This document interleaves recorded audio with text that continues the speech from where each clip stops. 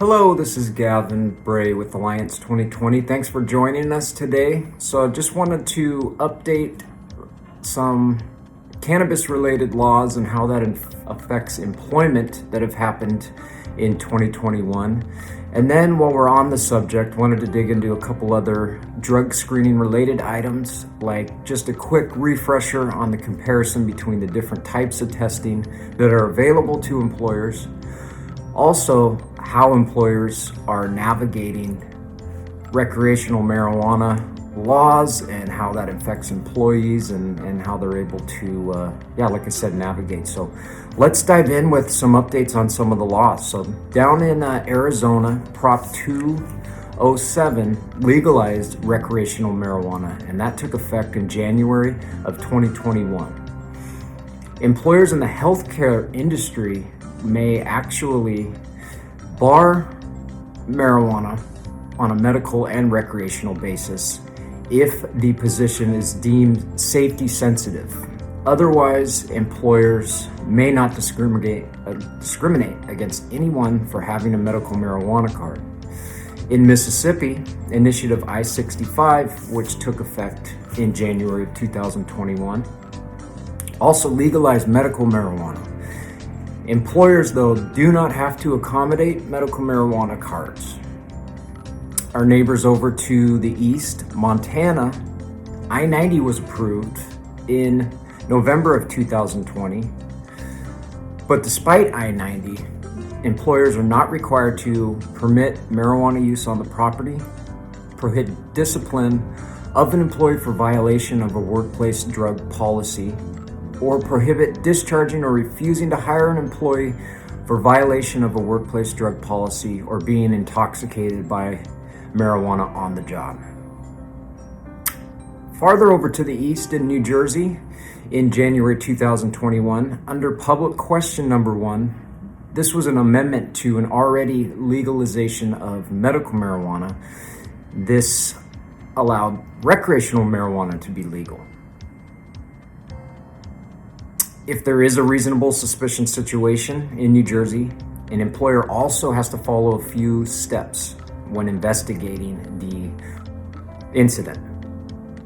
Number 1, provide an opportunity to the employee to present a legitimate medical explanation. Number 2, provide written notice of the right to explain the result. Number 3, within 3 working days, the employee or the job applicant may submit information and drug test themselves at their own expense. Over in South Dakota, in January 2021 again, Measure 26 legalized medical marijuana. Employers may discipline still any employee using marijuana on the job. However, a medical marijuana cardholder may not be considered under the influence solely because of a failed drug screen, is not the subject to penalty of any kind or denial of any right or privilege for the use of medical marijuana in accordance with the law. And 3, may not be denied rights under the law the individual would be afforded if they were prescribed another medication. Now let's jump in and do a brief refresher on the types of testing and their usage for employment purposes. So we pretty much have 3 main types of testing right now. So we have your swab test, we got your urine test, and we got hair testing. And so basically the main difference between the two is going to be the look-back periods of the test themselves when detecting any substance in an individual's body. Hair testing is going to be the longest look-back period. It's also the least used because it's a little bit invasive, and sometimes employees aren't comfortable with it, and sometimes clinics themselves don't have anybody authorized to actually be able to do hair tests. The detection windows with the hair testing, though, can be up to from a month to several months, depending on the substance.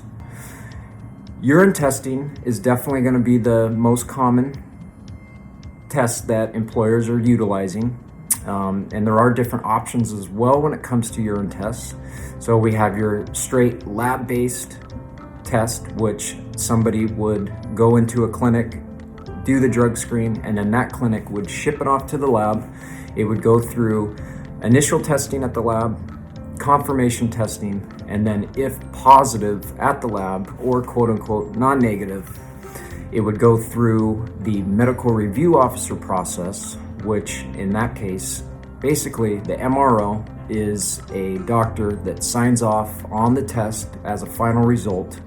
And if an employee has a legal prescription, it's at this point that the MRO would verify that prescription with the employee and report the result as negative to the employer. And if they do not have a valid prescription or using an illicit substance, the process still has to be followed, and then it would be reported to the employer as a positive result. Getting into our last type of tests, are going to be the saliva or swab tests. And so these tests have been used, I've seen more and more, especially with cannabis being legal in more and more states. The detection window for substances is going to be a lot less, especially with cannabis. So with the urine tests, cannabis detection windows can be anywhere from a few days up to a few months, depending on the individual's body composition and how often they've used.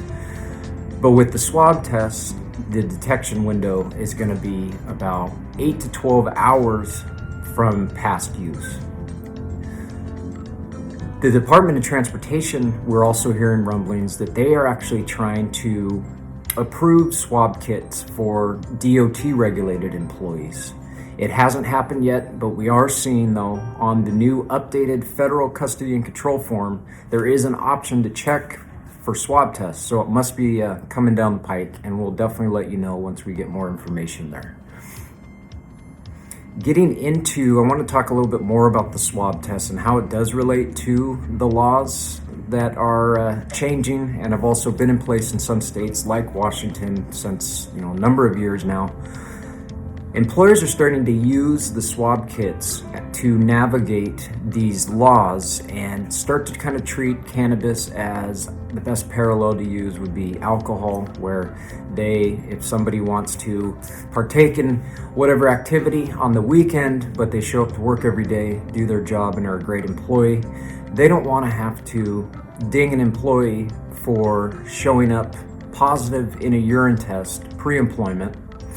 So what they'll do is remove cannabis from the initial pre-employment panel, and then for any reasonable suspicion in post-accident situations, they will use a swab kit. The swab kits themselves also have the ability to be sent off to a lab, go through confirmation testing and the MRO process.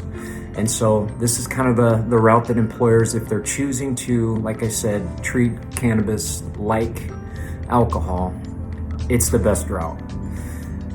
Also, from sort of a legal standpoint, which Alliance 2020, we're not attorneys, but just hearing feedback and whatnot from different contacts that I have in the industry, I'm told that it's much better to not test for marijuana or cannabis pre-employment than to test for it, find out that they are using or have used in the past, and then have that be on record, but still hire the individual, and then have something happen down the road with the employee. It just opens up employers to a lot more liability than if they were to never know at all, like I said.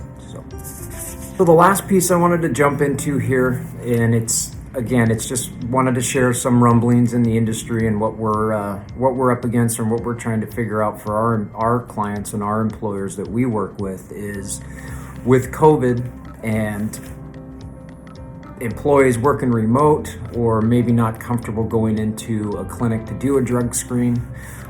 For the most part, clinics have been open during COVID and are continue to be open, but they'll be on a appointment basis only. But what employers are actually trying to do now, or what people are testing out now, is for these remote employees or employees not comfortable sending themselves into a clinic to get the drug screen done. Employers are shipping swab kits over to the employees or potential employees' house, hopping on a Zoom call, and having the employee administer the swab test while on video, read the results while on video, and then keeping those results or the video file in the employee's personnel file as a legitimate drug screen result. The one piece though, or caveat to that we're still kind of trying to navigate and is a big piece, is in the event that something does come up positive at the house of the individual, a confirmation test would definitely be recommended, and then that test sent off to the lab for further testing and the MRO process. And so kits, usually when ordering saliva kits, they don't come with as many confirmation tests as the saliva kits themselves. And then there's also the elephant in the room of what if the employee doesn't want to do the additional test. So from that standpoint, we always just recommend to take a look at your policy, contact your legal, and come up with the best solution. So I appreciate everybody's time, and if anybody has any questions, I'm always available, and we'll look forward to a great September. Thanks so much.